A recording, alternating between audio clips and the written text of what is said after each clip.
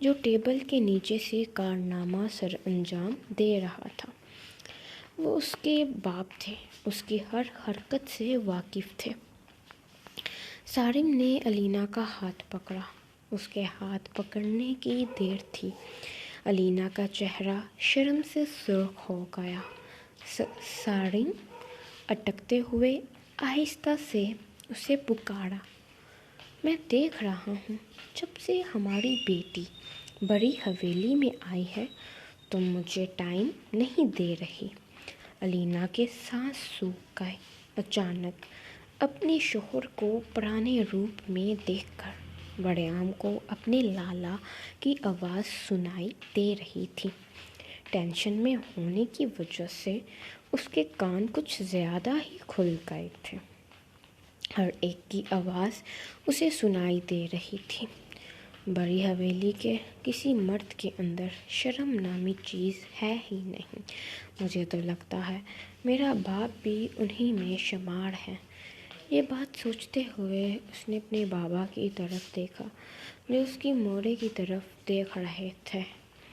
اللہ یا تو ان سب کو عقل دے یا مجھے بہرا کر دے، دل میں دعا مانگی۔ وہ مزید یہ سب کچھ برداشت نہیں کر سکتا تھا۔ علینا بتاؤ یار۔ سارم نے اس کے ہاتھ پر اپنی گرفت مضبوط کی۔ ہادی چونکہ اپنے بابا کے پاس بیٹھا ہوا تھا، اپنے باپ کے الفاظ سن کر بے ساختہ اس کے لبوں پر مسکراہٹ آئی۔ بڑی حویلی کے تمام افراد ایک ہی پٹری پر چل رہے تھے۔ وہ سب کھانا کم کھا رہے تھے اور اپنی بیویوں کو زیادہ تنگ کر رہے تھے۔ جاری ہے، امید کرتی ہوں سب کو ایپیسوڈ پسند آئی ہوگی۔ ریویو دینا مت بھولیے گا۔ اللہ حافظ، اپنی دعاؤں میں یاد رکھیے گا۔